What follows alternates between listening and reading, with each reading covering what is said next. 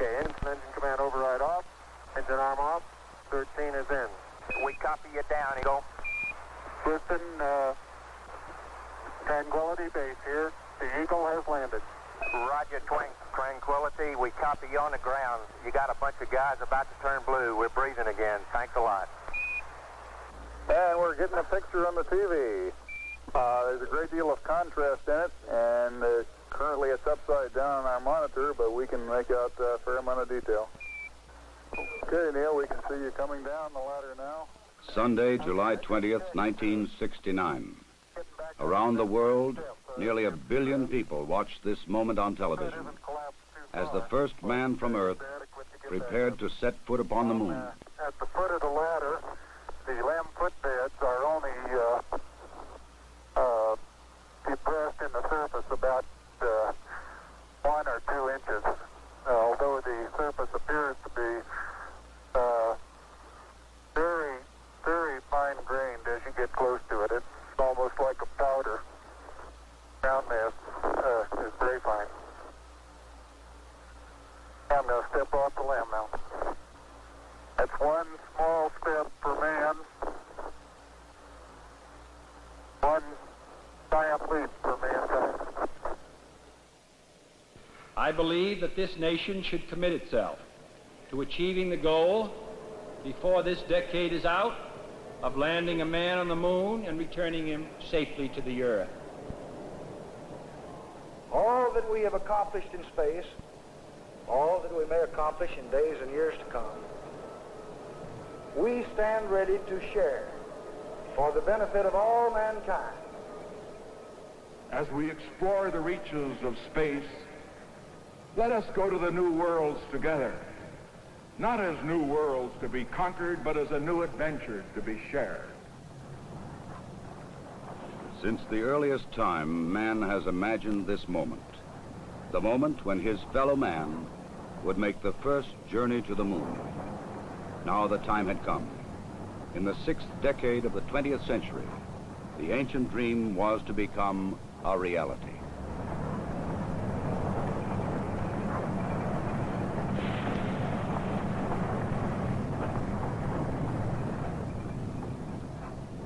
The flight of Apollo 11 was the culmination of many years of planning, working, building, and testing.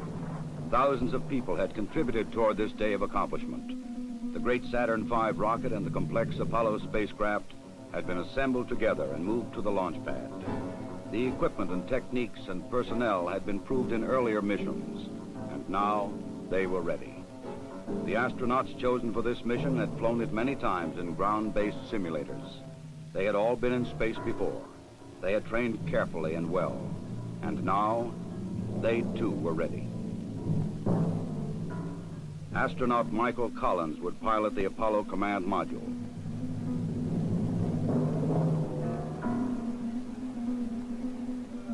Astronaut Edwin Aldrin Jr. would pilot the Lunar Module.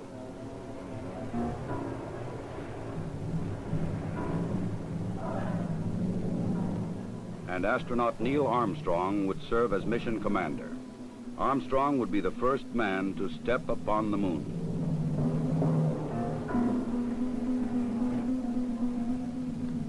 July 16th, the day had come. The moon awaited. The men rose early, ate breakfast, and dressed in their spacesuits.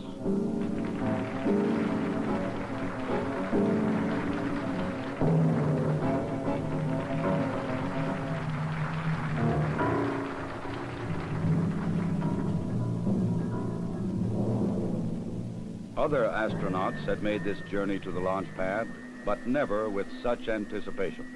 9:32 a.m., July 16th.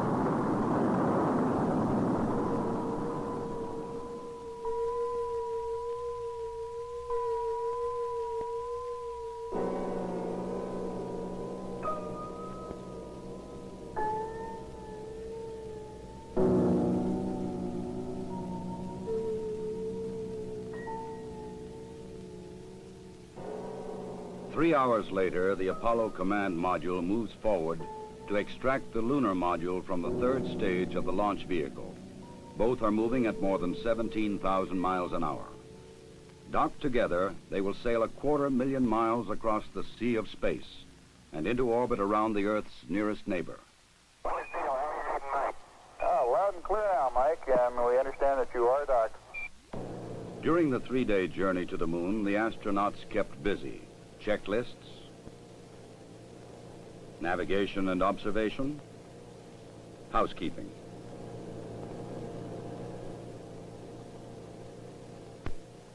They must work in a weightless environment, keeping their spacecraft and themselves in good condition. Data must be collected and reported. Experiments must be performed, including photography both inside and outside the spacecraft. Because of the film speed, these actions appear faster than they actually were.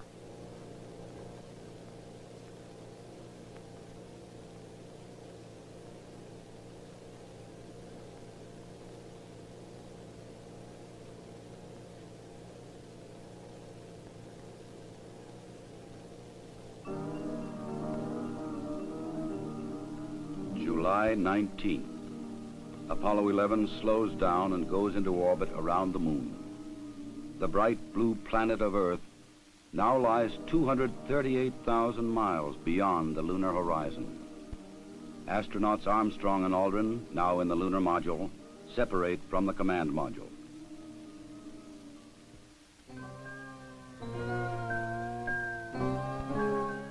Astronaut Collins remains behind. Preparation for the lunar module descent to the moon now begins.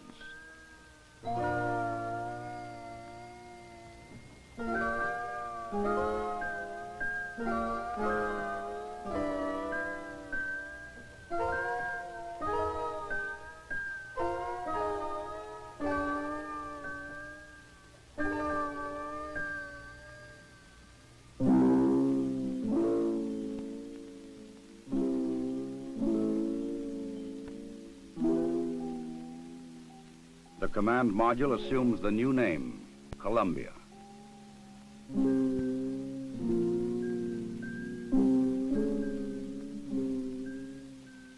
The lunar module will be called the Eagle. From Columbia, Michael Collins' camera sees bright rays of the sun reflecting patterns of color from the surface of the Eagle. In this strange metallic bird rides the ancient and endless dream of all mankind. The command pilot can see detail which his camera cannot record. The 4 landing pads of the lunar module are fully extended and locked in place. The Eagle is poised and prepared for its descent to the lunar surface.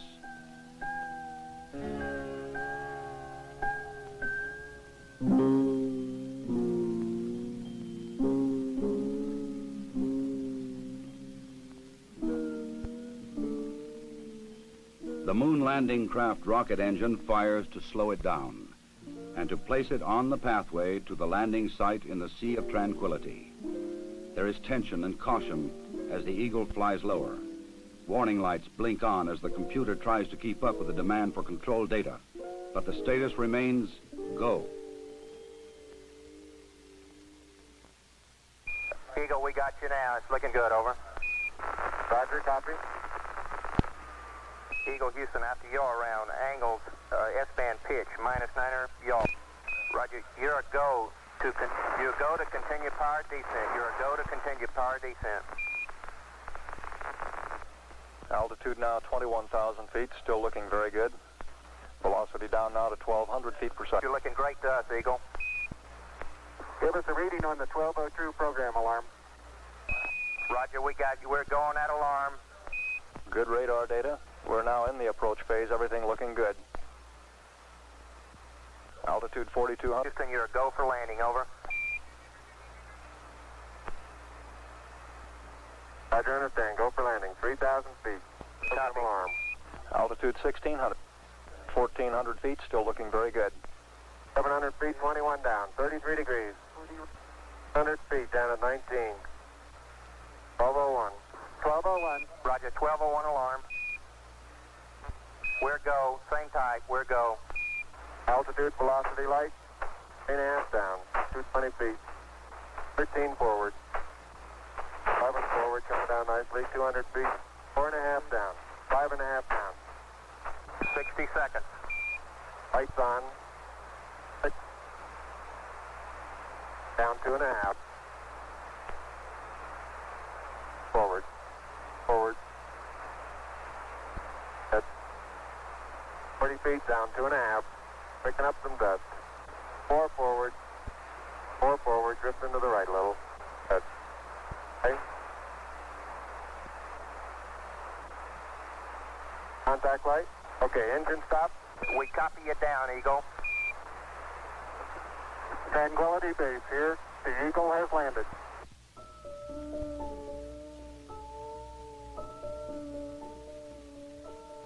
Through the window of the Eagle, Armstrong and Aldrin see what no human eyes have ever seen before. Their spacecraft casts a long shadow across the undisturbed dust of centuries.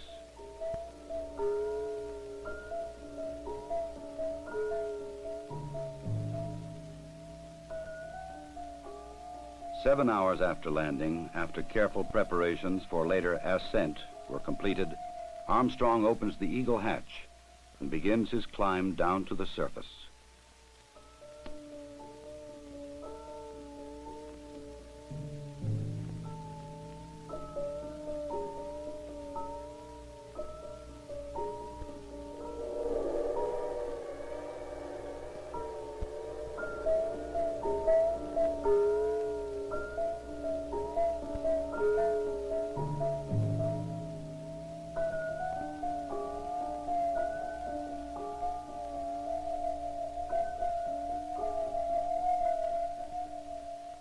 The first footsteps on this strange new world must be taken cautiously. The moon has only 1/6 the gravity of Earth. The nature of its surface was still unknown. I'm going to step off the limb now. That's one small step for man, one giant leap for mankind.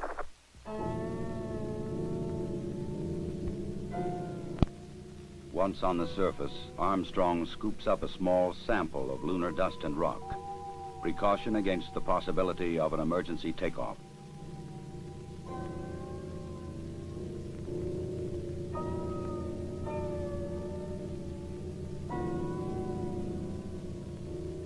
According to plan, astronaut Aldrin now descends from the Eagle.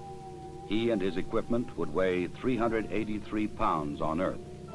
Here, they weigh about 66 pounds.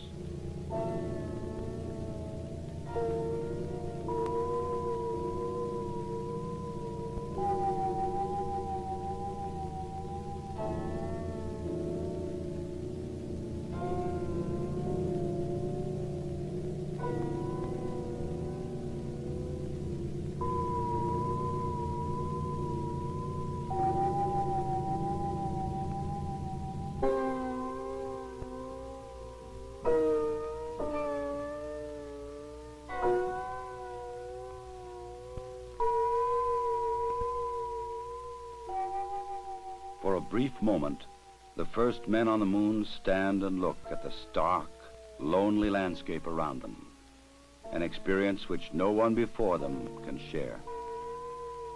But there is much to be done in the limited time which they can stay on this airless, cloudless satellite of Earth. This sheet of metal foil traps and holds particles from the sun, the so-called solar wind, or barrage of solar energy, which constantly strikes the moon's surface. Results of this experiment will be taken back to Earth to reveal new secrets to anxious scientists.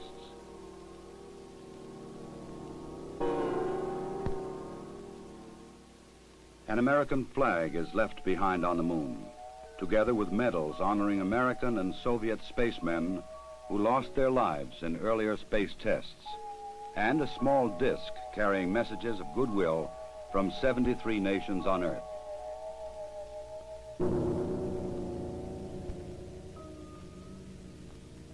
A plaque on the lunar module reads, "Here, men from the planet Earth first set foot upon the moon, July 1969 AD.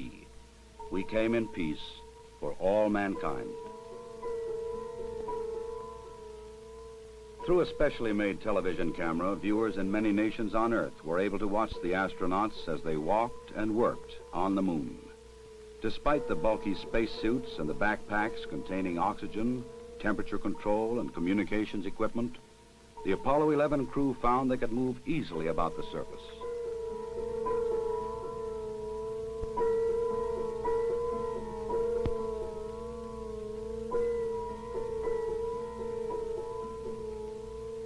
Because there is no wind or rain on the moon, these footprints will remain for centuries.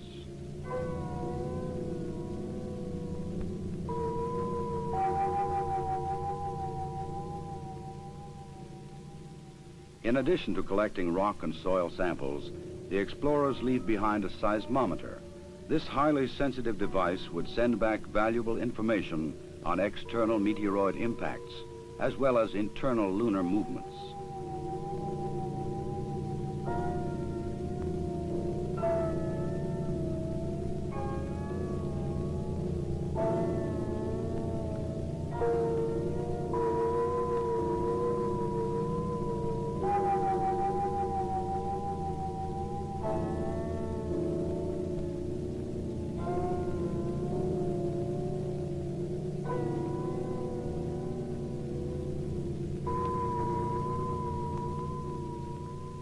A 100-prism laser reflector would help man to measure the exact distance from Earth to Moon to an accuracy of 6 inches.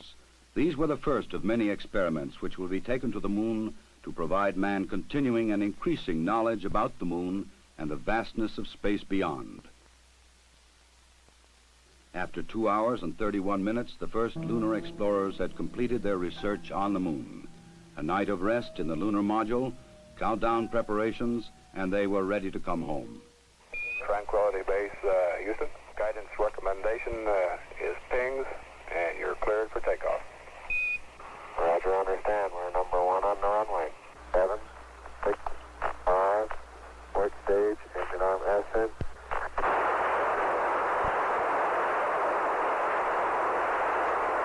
Beautiful. Very smooth. Very quiet ride. There's that one crater on there.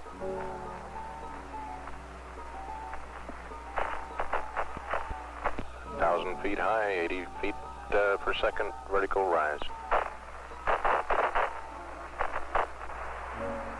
Eagle Houston, you're looking good at 2. Ping, zags, and midspin, all agree. I'm going right down US 1. Eagle Houston, going right down the track. Everything's great. Horizontal velocity approaching 2,500 feet per second. Roger. Some 120 miles to go until insertion. July 21st. The Eagle and its 2-man crew lifted off the Moon perfectly and climbed slowly to rendezvous and dock with the mothership, Columbia.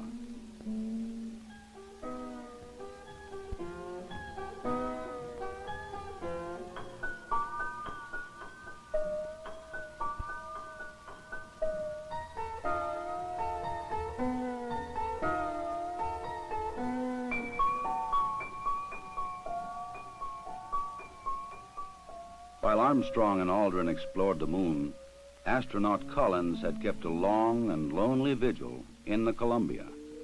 The approaching Eagle was a welcome sight.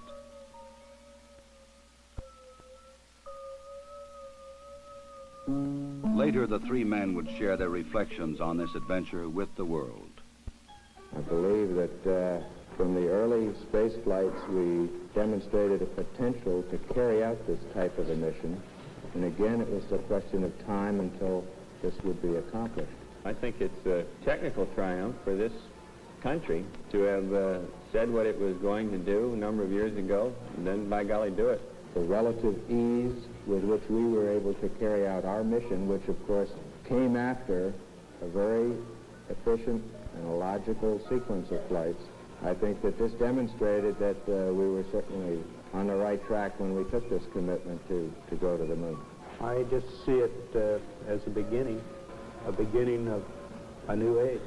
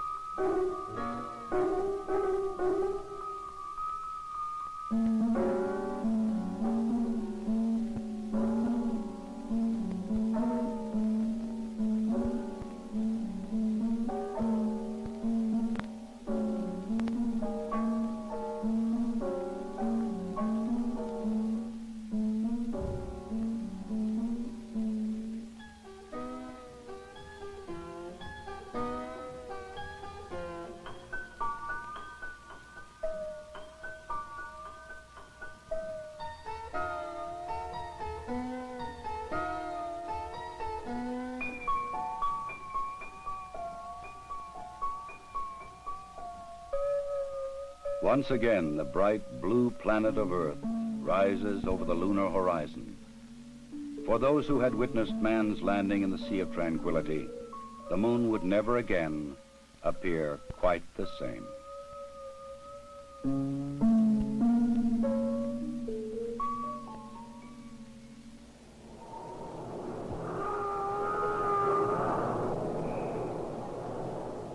July 24th, dawn in the Pacific.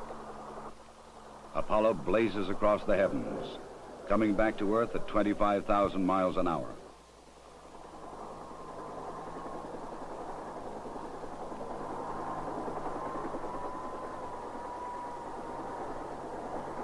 President Richard Nixon, who had talked with the astronauts by telephone while they were on the moon, was waiting aboard the recovery carrier to welcome the returning voyagers.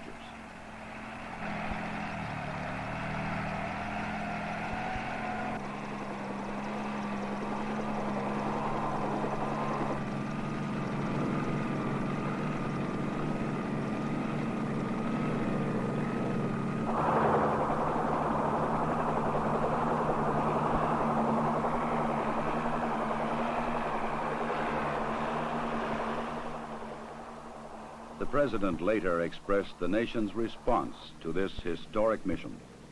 Some way, when those two Americans stepped on the moon, the people of this world were brought closer together. That it is that spirit, the spirit of Apollo, that America can now help to bring to our relations with other nations. The spirit of Apollo transcends geographical barriers and political differences. It can bring the people of the world together in peace. To protect against any possible lunar contamination, the astronauts put on airtight special garments before coming aboard the rescue ship.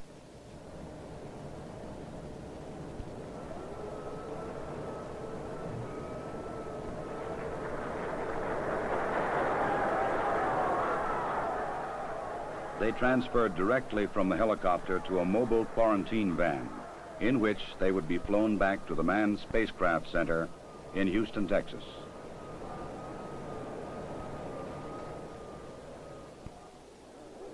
July 27th. The journey was ended.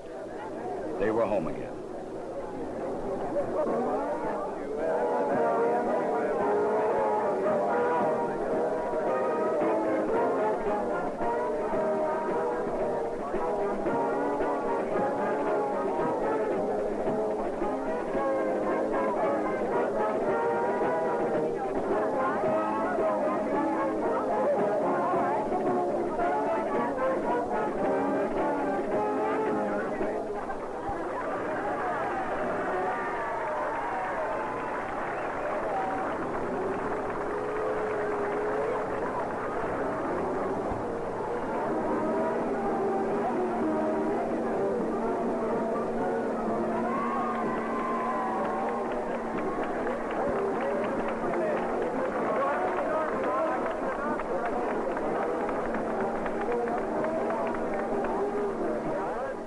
Ahead lay 3 weeks of isolation, medical tests, and mission debriefings. Then visits to major cities of America and abroad. The details of their unique mission would be relived and remembered so that others might learn what they had learned, and that future travelers in space might build upon their experience.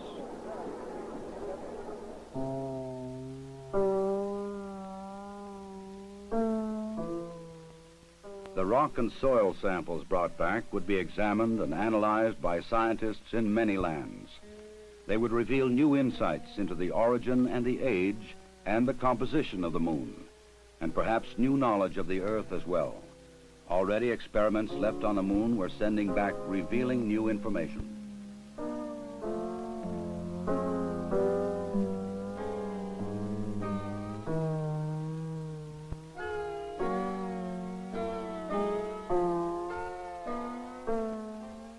The mission was successfully completed. The Eagle had landed the first men on the moon, and Columbia had returned them safely to Earth. Wherever man journeys tomorrow across the ocean of our universe, history will remind him that Apollo 11 was mankind's first encounter with a new world.